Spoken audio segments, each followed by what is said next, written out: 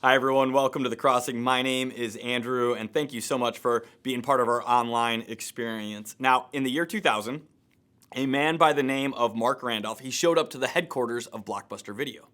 Now, if you're under the age of 40, you may not know what Blockbuster is.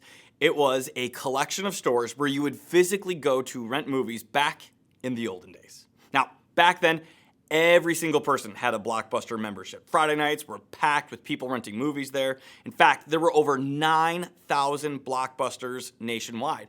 And the company was worth $3.8 billion, that's with a B, billion dollars. Now, Mark Randolph showed up to this beautiful corporate headquarters for a meeting with the CEO and the board of Blockbuster. Mark was the co-founder of this little startup mail-in DVD rental service back then, and he was trying to sell his business to Blockbuster. So Mark shows up, makes his pitch, tells Blockbuster he is willing to sell his company for $50 million. Now, that may sound like a lot to us, but Blockbuster, again, back then was worth over $3 billion. Well, Mark makes his pitch where he is literally laughed out of the building that day. The reason being, there was no future, according to Blockbuster, for mail-in DVD rentals. So Mark left, went back home, and now fast forward 25 years, and Blockbuster is a relic. There is only one remaining Blockbuster store in Oregon, and that startup company run by Mark Randolph is, as you know, a little company by the name of Netflix that is valued around $350 billion. You see, history looks back at this meeting as one of the biggest mistakes a company has ever made. I mean, could you imagine being in the boardroom that day? Imagine passing on the deal that would have changed your company forever. You see, it is painful to think about what could have been. You see, that phrase, that feeling is our starting point today. You see, today we are continuing with our series called With God, where we are looking at Jesus' teaching on the kingdom of heaven. Specifically, we are looking at the parables that Jesus taught. Now, the word parable literally means to throw next to. So, as Jesus would teach, he would teach a spiritual principle, and then he would illustrate that principle with an everyday story. So, a parable, as we've been learning, is a made-up story with a very real point. And every parable is meant to encourage us and challenge us. And today, I hope you are ready for a challenge, because this parable we are looking at today, it will challenge you. So today, we're going to jump in. We're going to be in Matthew chapter 25. Jesus is speaking about the kingdom of heaven and the with God life. And he begins the parable this way. Matthew chapter 25, verse 14. Jesus says, again, this is the kingdom of heaven, it will be like a man going on a journey, who called his servants and entrusted his wealth to them. To one, he gave 5 bags of gold, to another 2 bags, and to another 1 bag, each according to his ability. Then he went on his journey. Okay, so right away we meet a man who has abundant wealth. Later on in this parable, he will be referred to as the master. Now, if you have been following along over the last few weeks, you have probably already guessed that this man represents God in our story.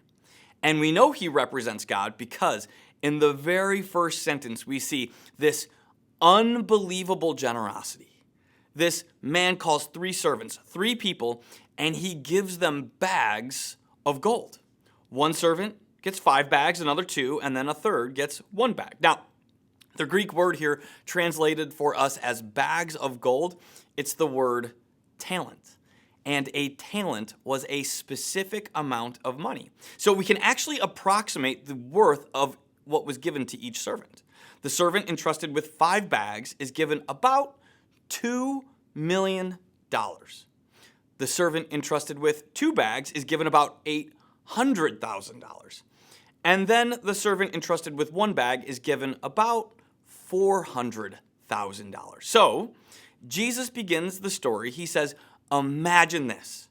Imagine tomorrow morning, you walk into your boss's office and he hands you an incredible amount of money, a life-changing amount of money.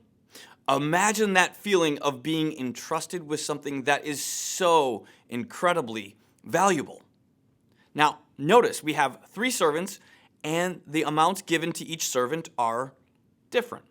And sometimes people get hung up on this point in the parable, but don't miss the main point here. The main point is each was given so much. Each servant is blessed. Each servant is chosen. Each servant was selected. Even the 3rd servant is given $400,000. I mean, if you came to me today and if you offered me a check for $400,000, I'm not going to hold it against you that it's not $2 million. That is a lot of money. You see, each servant is unbelievably blessed. And the same is true today. Today, each one of us is so incredibly blessed. Let me give you a couple of examples of this. If you, by chance, graduated from college, you are part of the top 7% most educated people on the planet. If you own a car, you are part of the top 12% of people on the planet with a car. And even if you own one of these, you are part of the top 50%. You have access to a device that can find the answer to any question you can think of. Even the time in history which you and I live, it is a gift from God. In fact, the other day, my oldest son, he asked me, he said, Dad, we were looking up something on my phone, and he said, Dad, how did you look up answers to questions back in the olden days? And I had to tell him, you know, back then, you'd have to go to a library, and you'd have to get one of these things, an encyclopedia. Now, I am blessed with one of these amazing devices, a wonderful iPhone. It is an amazing gift. And I know some of you watching, you don't have one of the iPhones, you have one of these instead, a Samsung. And I want you to know that also is a gift. It is a much lesser gift, but it's still a gift. You see, Jesus begins the story with a reality. Every person is given this amazing gift from the Master. And in the parable, Jesus, you will use money and resources to illustrate this. But the gifts you and I have received, they are so much more than just money. You and I have been gifted with time, talent, and treasure. You see, we have a certain amount of time on this earth. Some of us will be alive for 70 or 80 years. Some of you will get more time. Others of us will get less time. But regardless of the amount of time we are given, every single day is a gift, and we can't earn more time. Each of us has different talents or abilities. Some of you watching, you have this unique ability to lead and inspire others. Some of you are great with numbers and math. Others of you, you could sell anything to anyone. That is a gift. You see, your wiring, your passions, your abilities are a gift. 1 Corinthians 12 says it this way. It says, there are different kinds of gifts, but the same Spirit distributes them. There are different kinds of service, but the same Lord. You see, we all are given different talents and gifts. And of course, then there's also money. There's resources. There's treasure that we have. That is also a gift. Now, I know with this one, some of us struggle with it because often we believe, well, actually, Andrew, I worked really hard for my paycheck. All that I have is actually mine. But the reality is the opportunities that have come our way, the country we even live in, the families we are born into, they contribute so much to what we have today. For example, for me, I grew up in Chicago, Illinois, in about a middle or lower middle income family, and I had access to this great education that I didn't earn or deserve. It was a gift. I got financial aid to attend a college that, again, isn't available to most people around the globe. So much of what I have today is simply a gift. So Jesus begins his story by telling us the kingdom of heaven is like waking up one day and realizing I am the recipient of a generous and gracious master. I have been blessed by a good God. But that's not all. Verse 14, this master called his servants and entrusted his wealth to them. These gifts that are given, they also come with an expectation. Meaning, what I've been given isn't just for me. There is an expectation to honor the master with what I have. Now, we do this all the time when we give gifts as well. Let me give you a quick example from my own life. When I turned 16, the day of my birthday, my mom took me to get my driver's license. And that night, she gave me a gift. She gave me access to our family car. Now, back then, we had this super sweet Honda Accord. And she gave me access to the car, but it came with an expectation. The expectation was I would return it each night on time, I would drive safely, and I would always return it with gas in it. You see, I was blessed to have access to our family car, but it also came with an expectation. That's exactly what's happening here. You see, the master gives, and this gift comes with an expectation. So the master calls his 3 servants. He gives them this massive amount of money. And then we reach verse 16. It says, the man who received 5 bags of gold went at once and put his money to work. And he gained 5 bags more. So also the one with 2 bags of gold gained 2 more. Okay, so first thing that happens is these 2 servants, they go at once. Now, here's one of the things I love about the Bible. I love that every time you open the Bible, there is this opportunity for God to speak to you. And for me, I've probably read this parable 100 times in my life. But I'll tell you, I've never noticed this little phrase, at once. You see, what I noticed this time was these first 2 servants, they don't delay. They go out. They work at once with what they've been given. And I'll tell you, as I was reading and thinking and studying this passage, I'm realizing how important this is. That in moments you sense God say something to you or God ask something of you, that moment when you feel this little tiny nudge from God, it's so important to act on it at once. And I'll tell you, where I felt challenged is often, here's what happens to me. I'll feel this little nudge or this little prompting from God to, I don't know, reach out to someone or do something nice. And I'll just tell myself like, oh, that's a good thing, but I think I'll do it later. And you can probably guess what happens then. Later never comes. I forget. Let me just give you an example of this. A couple years ago, I got introduced to a nonprofit that was doing amazing work. I mean, they were meeting a pretty significant need, and it was also a need that I was really passionate about. And so I just had this little prompting, this little voice that I felt like was from God that was just saying, Andrew, you should financially support this organization. They're doing a lot of good in the world, and I was also in a position where I had some resources where I could do something to help. But I'll tell you, instead of doing it at once, I just told myself like, oh yeah, that'd be a good thing, I'll do it later. And then I'd forget, and a couple months would go by, and I'd remember, and I'd tell myself, oh, I'll do it later. And I kept repeating that cycle. It took me over a full year to give my first gift to that organization. It was 1 full year of delays. So one of the practices I'm trying to implement in my life right now is that when I sense God may be asking me to do something, when I sense he may be speaking to me, I try to act on it at once. I want to try to do it immediately. You see, what I'm learning is this. Delayed obedience is the same as disobedience. So let me just encourage you today. If there is something God has put on your heart, if there is a relationship you need to take the first step towards repairing, don't delay. Pause this message. Text that person at once. Set up a time to meet. If there is a cause God has asked you to support, don't delay. In this season, as a church, we're talking about setting up our church for the next year to reach more people, so more people experience the grace and love of Jesus. If God prompts you in this season to give for the first time or to give a really sacrificial gift, don't delay. Give at once. Why? Because delayed obedience is disobedience. You see, these first 2 servants, they go and at once they invest with what they've been entrusted with. And I just gotta believe this season where we are using what we are entrusted with, it is probably the most alive they've ever felt.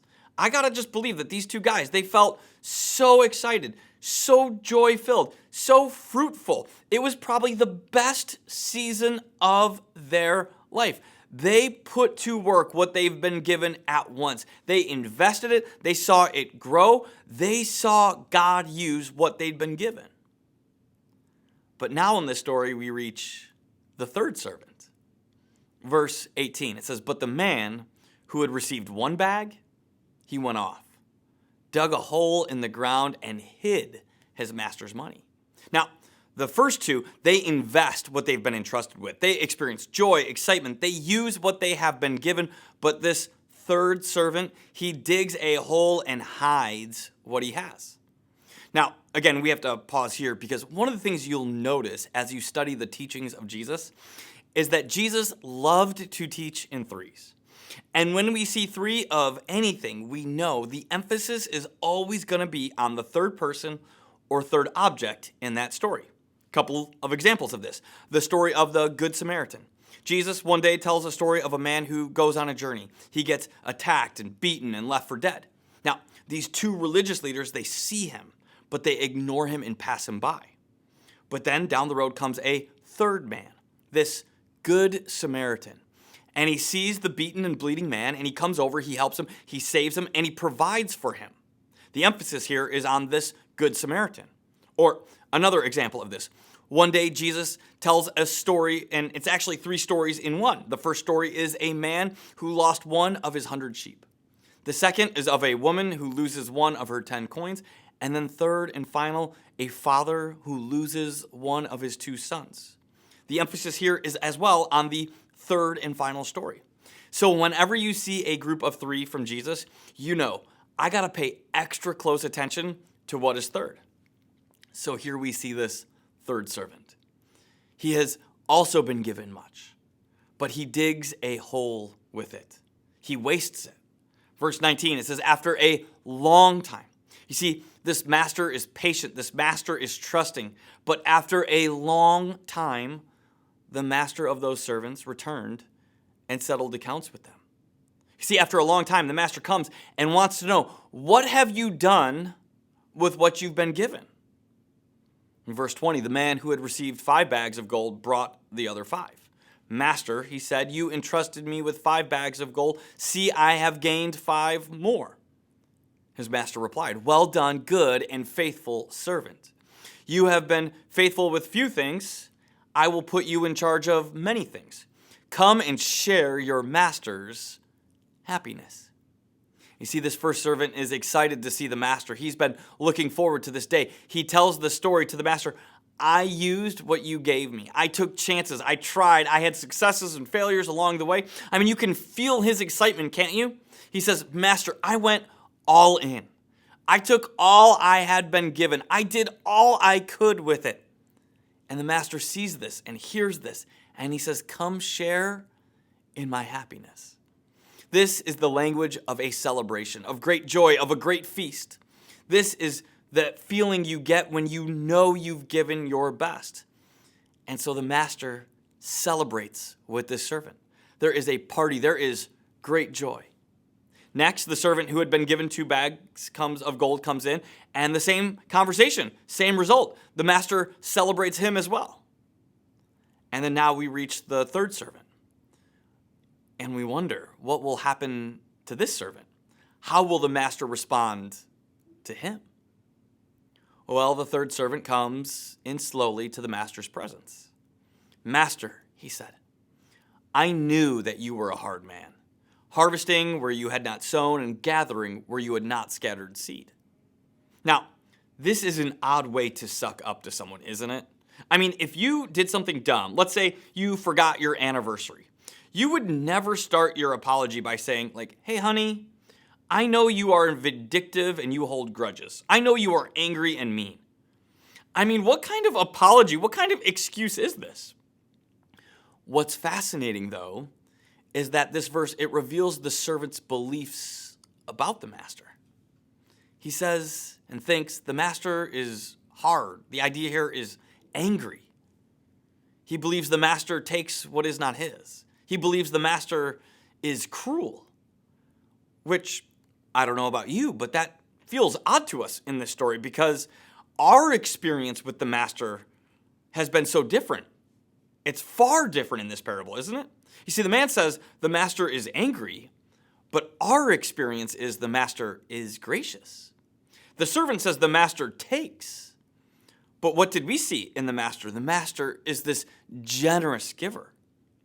The servant believes the master is cruel, but everything in this parable so far has pointed to the fact that the master is kind.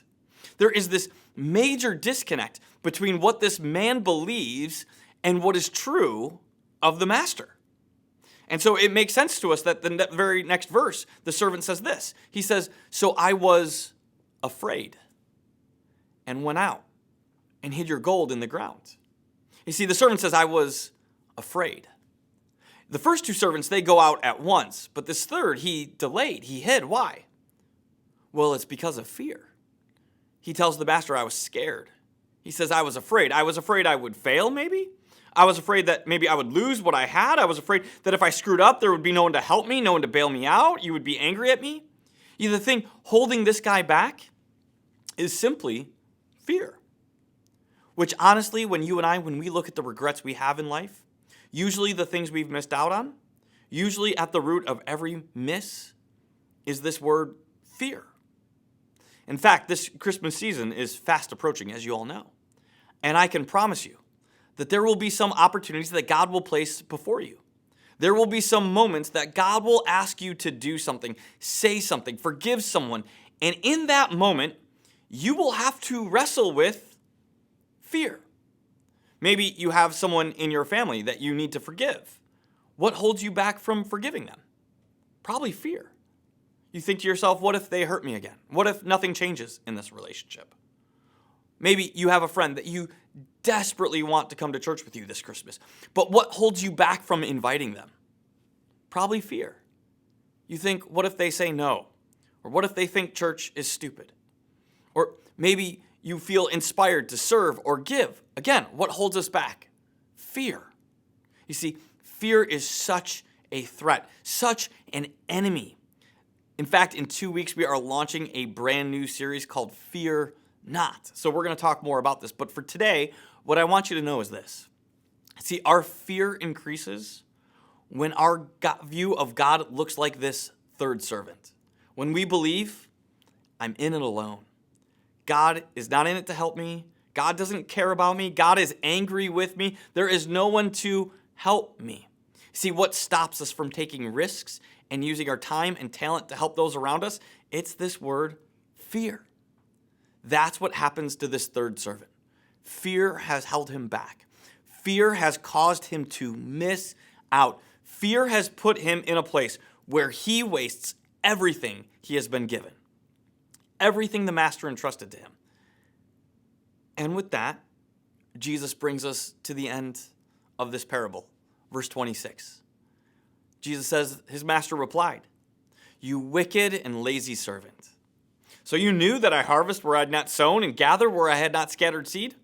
Well then, you should have put my money on deposit with the bankers, so that when I returned, I would have received it back with interest.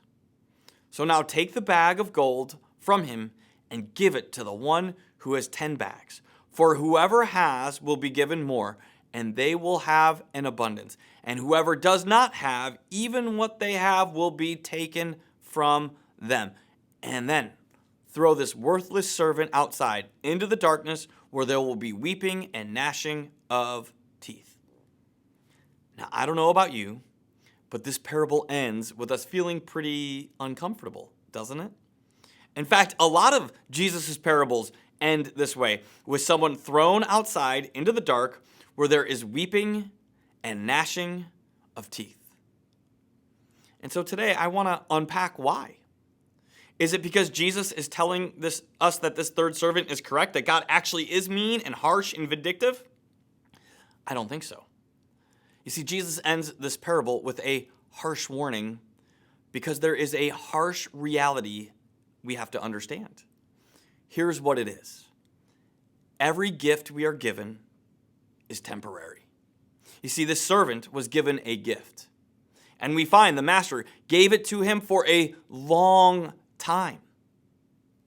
But it was still just temporary. The Bible says it this way about life. Lord, what are human beings that you care for them? Mere mortals that you think of them. They are like a breath. Their days are like a fleeting shadow. What we learn there is our lives, they go so fast. And eventually, they are gone. They are temporary. We see this in our lives even in small ways. For example, many of you know I'm a dad. My kids are 9 and 11.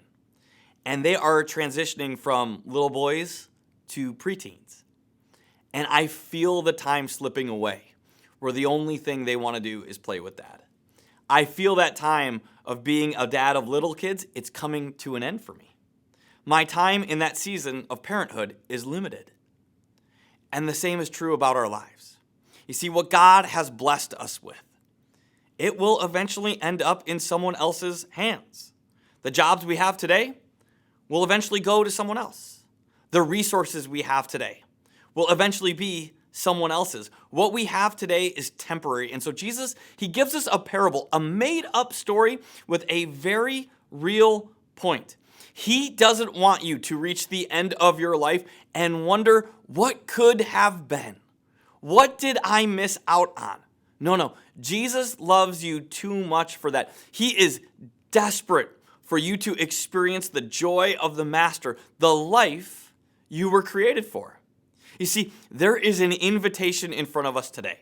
Come and experience the Master's happiness. Come see what life is like in the kingdom of heaven. Come see what happens when you put to work, when you use what you have been given. One of my favorite stories of this around our church is the story of AJ. And instead of me telling it, I wanted to share it with you today. Let's watch this. Hi, I'm AJ Brown. I am a high school science teacher and a high school girls soccer coach. I've been coming to the Crossing for almost 2 years.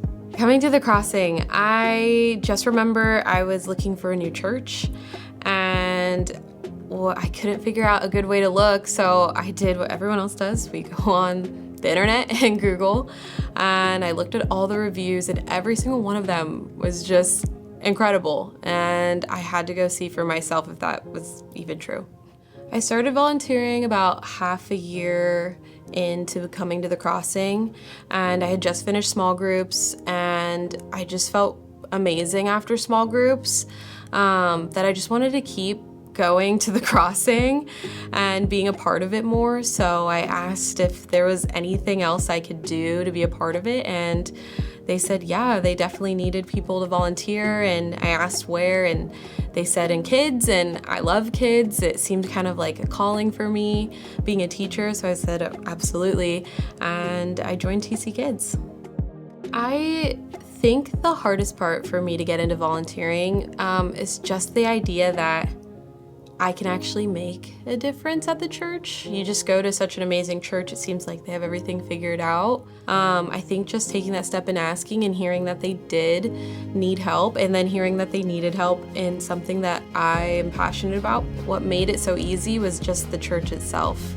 You come and you feel so welcomed, and everyone can feel warm and feel a part of it, that it was just easy to ask of how can I help give back to this amazing church.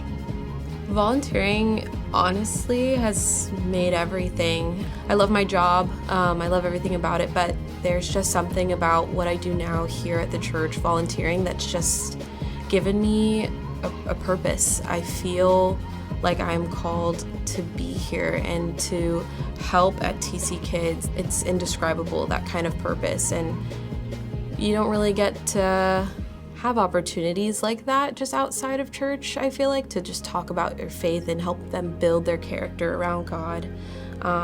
So that kind of powerful meaning is just something that I look forward to every time I come here, knowing that I can help make an impact. So I've just transitioned recently into CSM.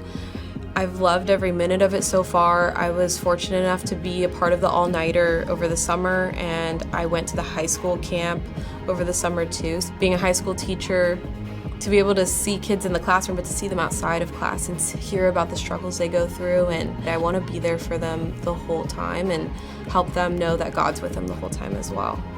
When I come here, I don't feel like I'm just coming to a church to get a sermon that can make me feel better. I feel like I'm coming to a community and a family that I love talking to everyone, and I actually like meeting new people here, and I feel welcome here, and I want to welcome others here. So what Called to Serving and what I encourage is, if you feel those things, you're only going to feel them more by immersing yourself more in them. And being a small group leader, being in TC students, I can honestly say that's all I feel, is just more welcoming, more a part of this family by serving.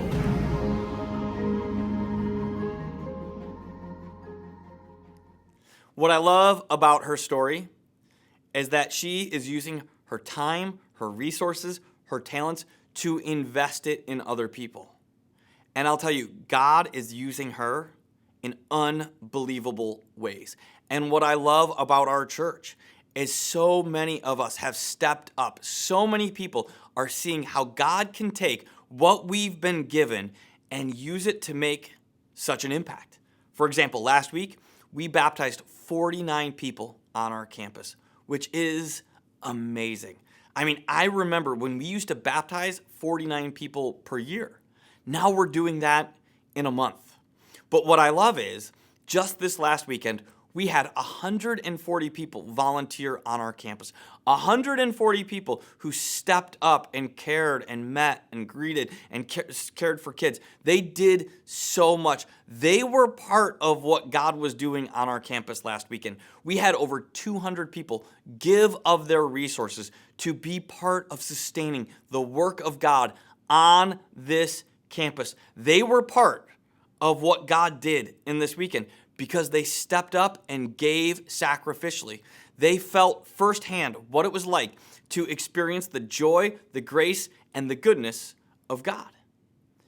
And how I want to close today is by saying to each and every one of you listening, man, you can make a difference when you invest what God has given you.